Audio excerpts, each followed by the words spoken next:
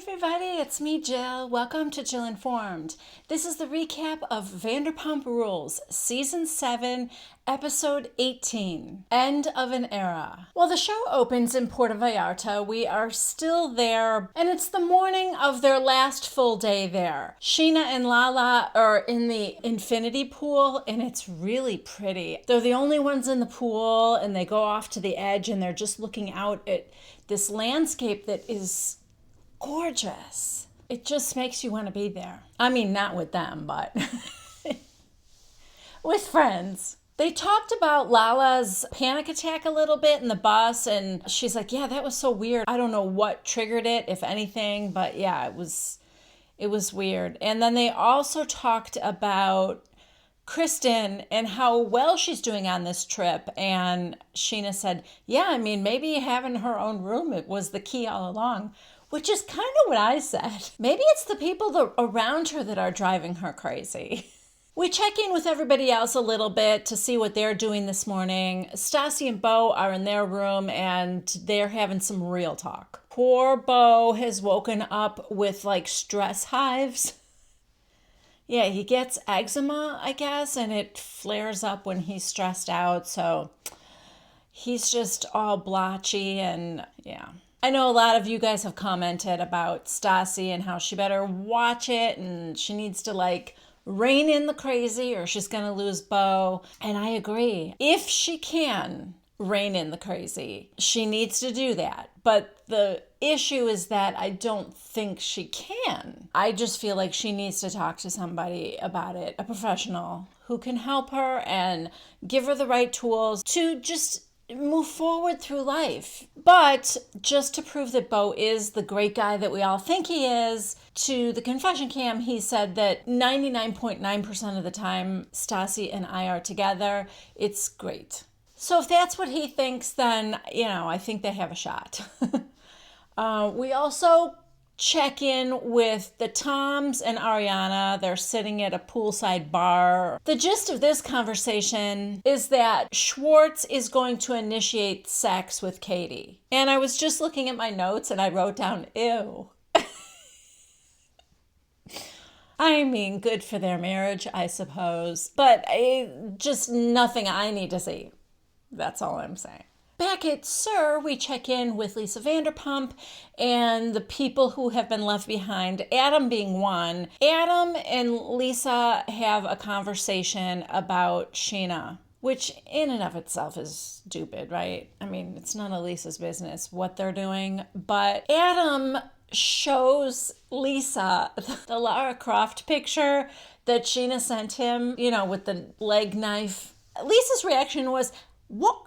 And you didn't respond to this. And he goes, no, I didn't respond at all. Lisa's like, what's wrong with you? I guess Adam's reasoning was that he doesn't want Sheena to get her hopes up or something. I don't think there's anything you can do. Her hopes are so high all the time. I don't think she takes no for an answer. So if it is no, you need to make that crystal clear. Otherwise, I agree with Lisa. It is kind of cruel. I do think you're stringing her along. You just have to send a clear message. Back in Mexico, the whole gang is having dinner. Again, it's their last night there, so they're all having dinner together. And Lala is having a panic attack. She's requiring her friends to lay hands on her, so to speak. She needs to hold Brittany's hand. She wants Brittany to squeeze her hand.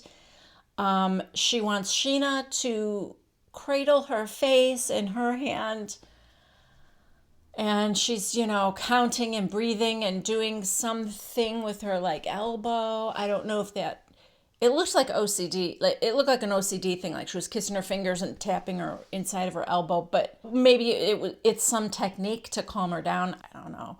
In the confessional, Jack's like, I don't know what's going on with Lala, but I've never needed my friends to pat me down before.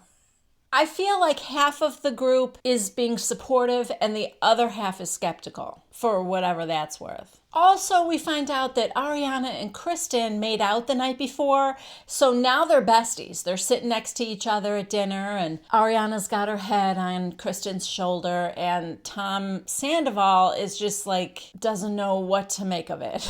I'm sure, like, most people, you would want your ex to get along with your new girlfriend, particularly if your ex is still in your circle of friends, but, maybe not get along that well. Okay, so after dinner, the couples have all gone off to have some alone time. So Stassi and Bo are in their room. Schwartz and Katie are in their room. Lala is up in her room that she shares with Sheena, on the phone with her mom, who's helping her through her anxiety and also sucking on her baba.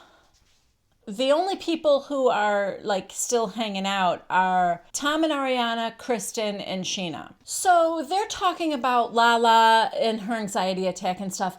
And what I'm gathering from this conversation is that Sheena is jealous of the attention that Lala gets from the whole group. And also maybe offended that Lala didn't want to make out with her? Question mark. That's kind of what it sounded like. Sheena's talking super fast and she's like, last night, she didn't want to make out with me. And that's fine, because, we were all having fun doing our stuff. But, I'm always there for her. And, when she needed my hand on her face, I was there for her. And, she's not there for me. For what? Is that what you needed her for? You wanted her to make out with you last night? Back in my day, my friends did not make out with each other. When we were out for a night at a bar, that wasn't a thing that we did. I'm not saying that because I think there's anything wrong with that. I think this whole open sexuality and gender fluidity, it's all fine and good. And that is fine with me. I think we had a lot of hang-ups back in my day too. So that's all cool. I'm only saying that I don't understand it. I don't understand. There's jealousy then if somebody doesn't make out with you? Or is that just a Sheena thing? You know what I mean? Over in the Schwartz's hotel room, Tom Schwartz is romancing Katie with a trail of candy and chips. Oh my God. People are already calling her fat. And Tom is luring her to the bed with a trail of snacks. That does not look good. That's embarrassing. He has also hired a violinist who this poor girl, he made her go in the shower stall and wait until he meows like a cat as the signal for her to come out and start playing music for them. I have so many problems with this whole thing. Mostly it's my empathy for the violinist. I think that being alone in a hotel room with a couple who are on the bed is just a level of discomfort that I wouldn't wish on anybody. The other thing is, as the recipient of that, while I think it was sweet of him to think of something romantic for her, my husband knows that I think that kind of thing is super awkward. To have somebody play music right to you, or even worse, to sing at you while you sit there, an audience of one, and they're looking at your facial expression and you have to be, I cannot. That is too weird and awkward. So for me, the whole thing was a little bit off. I'm glad it worked for Katie. I'm glad Katie, felt loved. But yeah, that would not have been my thing. All right, now it's the next morning and everybody is packing up to head to the airport. Lala is feeling better, but of course not looking forward to flying commercial again. Yeah. Jax and Brittany are going over the list for this engagement party. And Brittany's just rattling off all these names of people she's going to invite. And she's like, who do you want? And he's like, Tom Schwartz, Tom Sandoval. And she's like, I've got them. Telling him all the people in their group that she has. And then she asked about Billy. And he's like, I don't think so. I don't even know her that well. And I don't want drama there. She's a friend of James's. He just said no. So to the confessional, he said, oh, this engagement party is getting so out of hand. It's going to end up costing more than the wedding. You wish, pal. Here's what you should be thinking. If the engagement party costs this much money, how much is she going to want to spend on the actual wedding? Yeah, because that's more likely. Not that for some inexplicable reason, Brittany wants to spend way more on an engagement party than the actual wedding. Strap yourself in, buddy. And the other thing is that Jax is not going to invite his mom. He doesn't know about the wedding, but he's definitely not going to invite her to the engagement party. Back in LA, we see Billy, James, and Raquel walking up to Vanderpump Dogs. And they are there to get Graham a bath and get him all spruced up for his puppy shower. Is this what people are doing now? I feel like rich people need to just fabricate more and more creative ways to spend their money. A puppy shower to welcome Graham into their home. In the confessional, James said, all right, so it's going to be a great party. We've got to get the catering all worked out, take care of the hors d'oeuvres. We even get to taste the puppy hors d'oeuvres. Yeah, he's saying hors d'oeuvre with a B.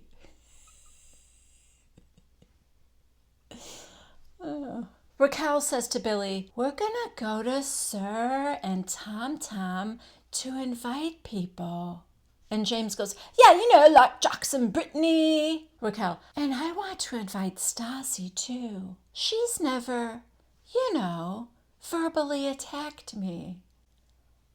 Oh, sweetie. You set the bar so low. Just as long as you haven't verbally attacked me, you're invited. Anyway, then Billy says, I'm having a white party for brunch with Billy. And James, I really want you to DJ, so I'm going to ask Lisa. And James is like, all right, yeah, I'm available. So now we are at Sir that evening, and Lala is hosting. Gosh, Sandoval and Jax are behind the bar. We've got Brittany, Katie, and Sheena are all serving that night. So most of the gang is there. And here's something you would never want to know about the people serving you in a restaurant. They all have diarrhea. Gross. I just hope there's like a lot of hand sanitizing happening there. Jack says to Sandoval, what are you doing here? And he's like, well, I don't know. I'm still on the schedule, so... Okay.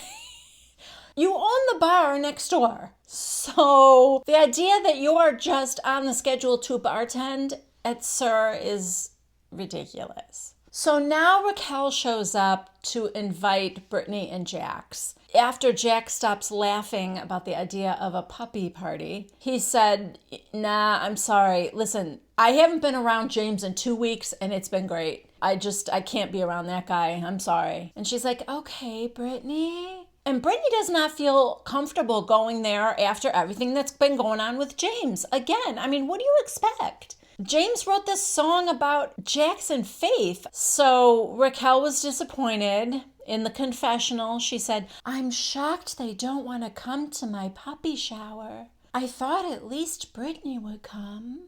Why did you think that, Raquel? Anyway, now Lisa Vanderpump shows up and she walks in the front door and sees Lala at the hostess stand and she criticizes what she's wearing. No, I'm not having this from Lisa Vanderpump. No. First of all, Lala has like a bandeau top, like a bandeau bra, and she is showing less cleavage than Sheena was in that plunging dress she wore to Billy's brunch that time when Lisa told her she looked lovely. Plus, do you guys remember those ridiculous flowy scarf uniforms that the servers used to have to wear? Those girls couldn't wear a bra at all. They were like taping themselves in and it went way down low in the back. They could hardly even wear underwear. And it was see-through. So I'm sorry, Lisa, you can't be that hypocritical. Lala looked fine. She looked very cute and she looked perfectly fine for Sir. Maybe if it was like Villa Blanca or something, but it's not. So now Billy pulls Lisa aside and asks her if James can DJ her white party brunch. And Lisa said no. And Billy's like, why not? And Lisa said, listen, I told him he must be 100% sober. And he's not. At this point, Lala comes up to Lisa and said, is this fine? And she's wearing a little crop t-shirt, which shows almost as much skin. It shows her entire belly. Anyway, Lisa said, yes, thank you, much better. So she leaves and Billy's like, oh, you'll let her go around here half naked and being mean to everybody, but James doesn't get a chance. Now, she's also peppering this whole tirade with profanity, and Lisa's getting mad at her, and Lisa tells her to calm down. Now, to be fair, Billy was not raising her voice. She was using profanity and she was angry, but she was saying it quietly. But she gets frustrated and she's like, I need to get some air. I need to breathe. And she stalks off. Lisa goes after her. Billy, you don't walk away from me, and you do not talk to me like that, particularly when you are carrying those. And Billy's got a handful of menus in her arm. So Lisa's point is that when you are in this restaurant, you are representing this restaurant. So Billy goes, so you just want me to smile and say yes? And Lisa goes, yes. And Billy's like, okay.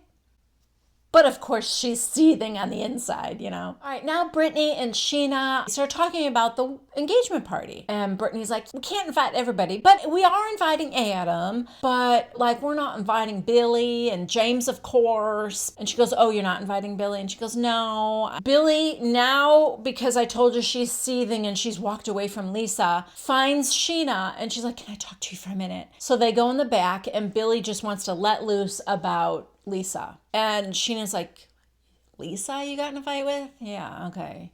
You shouldn't do that. And then in the worst segue ever, like there was absolutely no reason for Sheena to bring up Brittany and Jax's engagement party because it had zero to do with the conversation they were having.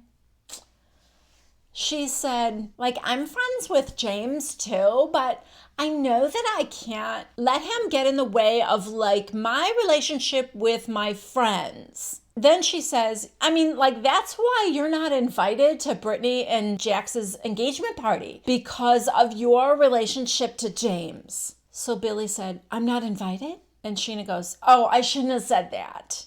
Yeah, maybe you shouldn't have, Sheena. So guess what? Billy immediately goes to confront Brittany. Now, I'm thinking to myself, I don't think anyone in the history of Vanderpump Rules has ever confronted Brittany, right? I mean, everybody loves her. So I was nervous. But Brittany, ever the diplomat, managed to, tactfully get out of it. Although she did throw Jax under the bus. Not that it was a lie. Jax is the one that put the kibosh on it. But she did let Billy know that it was Jax. But for the most part, Jax said, I don't know her that well. I don't think it was a whole big deal about James. I think at $75 a head, he was just trying to keep the numbers down, you know? Brittany said, it doesn't really have to do so much with James, but just like my whole family's going to be there and I don't want any kind of conflict at all. And, I'm really sorry. I do like you. And so Billy ended up saying, well, I just wanted you to know I really do care for you, Brittany, and it's fine. It's fine. To the confession cam, Brittany's like, this has been the most worst horrible day ever. First, I had to tell Raquel to her face that I didn't want to go to her puppy party. And then I had to tell Billy she couldn't be invited to our engagement party. But Jax said no, and he's my fiance. I do feel bad, though, because there was so much confrontation for Brit. Next, over at Tom Tom, Schwartz is over there, and Stassi and Bo show up, and Ariana is over there also. Even though, yes, Sandoval is bartending over at Sir. So Raquel shows up, because she wants to invite Stassi. How Raquel does not know that this is not going to go well, I don't know. It is a testament to how oblivious that girl is. She walks up to Schwartz and Stassi. They're both talking by the bar. And Schwartz is very nice to her. Oh, Raquel, hi, welcome. And he gives her a hug. And she's like, hi. I wanted to invite you guys to my puppy shower. Okay, you're inviting Schwartz too? 'Cause do you think Katie's gonna want to go? Are you nuts? I don't know if she just invited Schwartz because he was standing there or what. Anyway, here's how it goes with Stassi. What's a puppy shower, Raquel? It's like a baby shower, but for our puppy because we love him so much. And she is beaming at Stassi, and I don't know how she can't tell that Stassi's not smiling back. And also, if I were Stassi, I couldn't be that mean to her. So Stassi said, but showers are for before the baby's born. That's your issue with it, Stassi? Like, there's so many other things wrong with a puppy shower, but you're going to bring up the point that it's happening after the puppy was born? Anyway, oh my God, she has flyers. Raquel is passing out flyers, and they're horrible, you guys. I'm sorry. There's no nice way to put this. It says, come, sit, stay. It's a housewarming puppy shower. There's a photo of James, a photo of Raquel, and a big giant photo of Graham, their dog, in front, and then 2 more small pictures of Graham, like behind Raquel on her shoulder and behind James on his shoulder, like there's 3 dogs. It's weird. I'm sorry. It's weird and it's tacky and it's so stupid. I know everybody has a different opinion. If you guys liked the puppy party or the whole idea of a puppy shower, go ahead and leave your comments down below. I would love to hear someone in defense of it. Maybe you can change my mind, but I doubt it, because it's bad.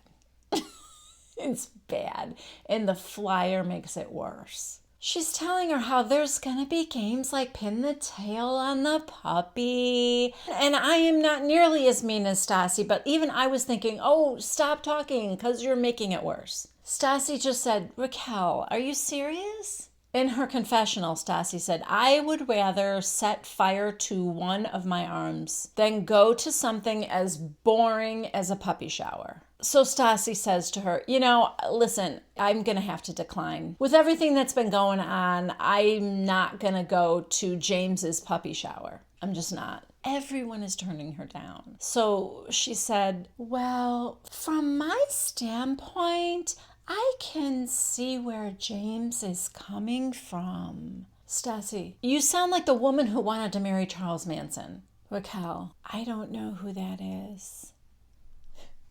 Stassi, well,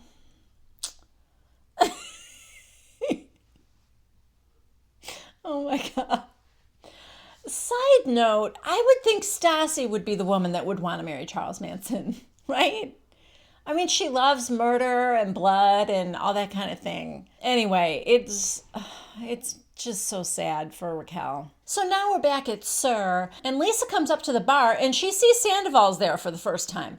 And she's like, what are you doing here? And he's like, well, I don't know. I'm on the schedule. And she's like, anyway, she makes the executive decision for him, and she tells him he's fired.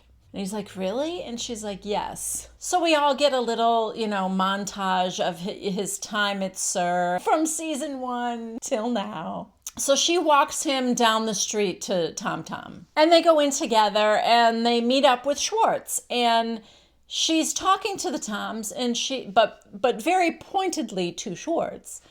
And she said, tell me, what do you think makes a good partner? Schwartz looks nervous. Sandoval looks nervous too, because I can tell they feel like they don't want to get the answer wrong, and they also don't know where this is headed. So they're just throwing things out there. Dedication, professionalism, attitude, commitment. And Lisa goes, yes, but where does it all start? And Schwartz is like, and she goes, investment? Oh, yeah, right, an investment, yeah. Then she goes, your checks, they bounced, both of them. Okay, Schwartz looks mortified, but Sandoval looks really mortified. I mean, all along, you could tell he takes this more seriously and he's more mature. Schwartz is his best friend, but Schwartz is going to be the lovable goof who screws up a good thing for Sandoval if he doesn't like keep him in check, you know? Anyway, he's like, oh yeah, that's from a closed account. You know, he's smiling and Lisa's like, I don't think it's funny. And he said, well, if I didn't have the money, it wouldn't be funny, but I do, and you know, I'll get it. I can get it to you tomorrow. But she, you know, she didn't think it was so funny, and I get that. You know, you just go into business with somebody, and his $50,000 check, or broken into two checks, and they both bounce. I would be nervous too, because now she has signed papers with them, saying he's a partner. So it's not like she can just say, yeah, well, no. You didn't pay any money. You're not a part of this business. But next, James pulls up in front of Tom Tom to pick up Raquel. He's jamming out to some tunes and he's all in a good mood. And Raquel gets in the car and he asks her how to go. And she's like, not great. Everybody said no. I didn't expect Jax, but I thought the others would. But Brittany said no because of you. Stassi just like flat out said no. Again, because of you. So now James is like, what? Well, forget them then. What am I going to do with all these flyers? He's got like this big thick stack of flyers in his hand. Oh, God. James goes, did you sell them on the idea of like balloons and games and drinks? Yeah, that's probably what made it worse. Anyway, she said, yes, I told them everything. Anyway, James is like, well, screw it. And he drives off. And then you just hear the audio of Raquel saying, who's Charles Manson? And that is where this episode ends. Oh, God, it was kind of a funny one. All right, guys, that's it for me. Thanks for joining me. I hope you had a good time. If you liked it, please give it a thumbs up. If you haven't yet subscribed to Jill Informed, go ahead and do so. If you want a notification every time I put out a new video so you don't miss a single moment, then go ahead and click on that bell icon. That will alert you whenever there's a new video out. I will be right back here next Monday at 1 p.m. Central Time for the next recap of Vanderpump Rules. I hope you join me. Bye.